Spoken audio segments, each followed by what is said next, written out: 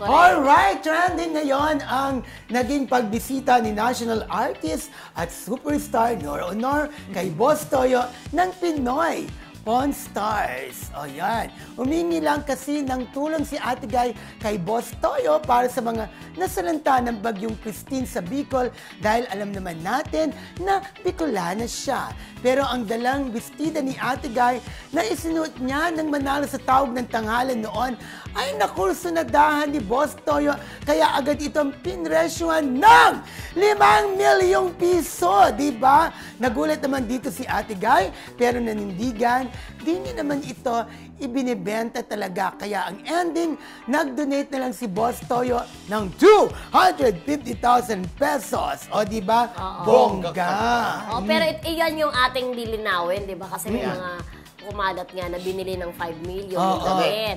So, ang totoo pala is nag-donate lang ng 250,000. Yes. Pero hindi natin nilalang yung 250,000. Oo, malaki. Oo, malaking halaga yon. So, hindi totoo na binibenta ni Ate Guy, di ba? At pinresyohan ni hindi niya Boss talaga Toyo. binenta.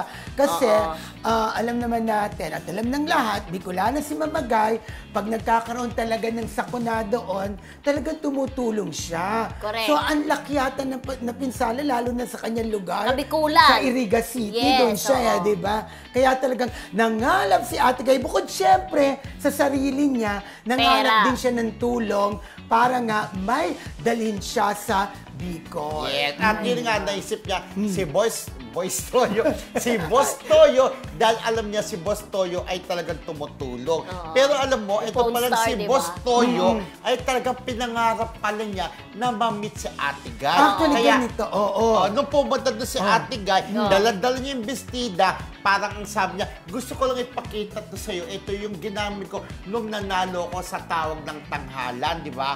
Pero gusto bilhin ng 5 million, sabi niya, Ate Guy, pirmahan mo nga to para ilalagay ko sa museum ko sa January opening, sabi ni Boss Toyo. Hindi, sa museum ko rin to ilalagay. Talagang nanindigan si Ate Guy na hindi ibenta kahit na ang sabi ni Boss Toyo, bibilin ko yan Which ng is 5 nakakabili million. ba? Kung tutusin, 5 million. Oo, yung damit ni 5 Ate million. Guy, ha? Boss Toyo. Actually, dati pang inaawitan ni Boss yun nga. Toyo si Ate Guy na sana magkaroon daw siya ng item ni Ate Galing Guy. kay Superstar. Oo, kaya nga tuwang-tuwa siya nang binisita siya ng ating national. Pero, Boss Toyo. eto Kung ha, ayaw ni Ate Guy. Boss Toyo, ako may bebenta rin ako kasi itong jacket ko, 1 million na lang, charos. Pero eto ha, alam mo, nagulat si Ate Guy. Ay. Pagdating doon, sabi niya, ay, ano yan? Sabi niya, may nakita si Ate Guy na mga, yung manika, di ba na kamukha niya na parang nililip na kawid niya ni Ate Guy.